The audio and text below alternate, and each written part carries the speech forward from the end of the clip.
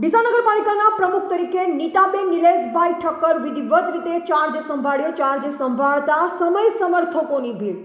છેલ્લા ઘણા સમયથી ડીસા નગરપાલિકા કોઈકના કોઈક રીતે વિવાદો સાથે જોડાઈ રહી છે, ત્યારે સંગીતાબેન દવેના રાજીનામા બાદ ઉપપ્રમુખ શૈલેષભાઈને ઇન્ચાર્જ પ્રમુખ તરીકે ચાર્જ સોંપવામાં આવેલો હતો। ત્યારબાદ ભારતીય જનતા પાર્ટી દ્વારા ડીસા નગરપાલિકાના નવીન પ્રમુખ તરીકે નીતાબેન નિલેશભાઈ ઠક્કર જાહેરાત કરી।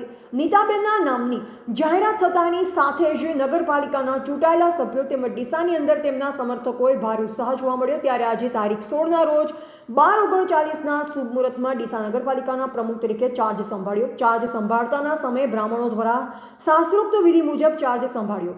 ચાર્જ સંભાળતા સમયે નીતાબેન નિલેશભાઈ ઠક્કરના સમર્થકો, અન્ય સમાજના આગેવાનો, વિવિધ સંસ્થાઓના આગેવાનો મોટી સંખ્યામાં હાજર રહ્યા, તેમજ ભારતીય જનતા પાર્ટીના મહામંત્રી સંજયભાઈ બ્રહ્મભટ્ટ, અમૃતભાઈ દવે, ડીસા શહેર ભાજપ પ્રમુખ વર્ષાબહેન પટેલ, મહામંત્રી અશોકભાઈ પટેલ, કનુભાઈ જોશી, ચેતનભાઈ ત્રિવેદી, નગરપાલિકા કર્મચારીઓ તેમજ વિવિધ પાર્ટીના સભ્યો હાજર રહ્યા હતા।